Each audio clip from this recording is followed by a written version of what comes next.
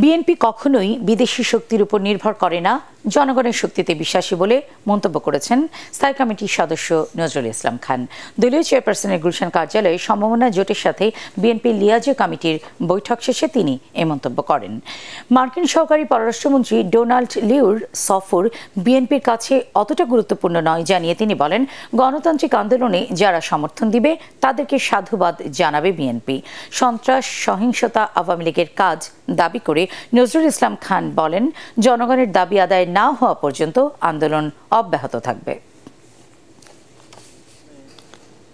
Donald লুর ব্যাপারটা আমাদের কাছে এটা অত গুরুত্বপূর্ণ না। আমরা শঙ্কিত আমার নিজের দেশের অবস্থা নিয়ে।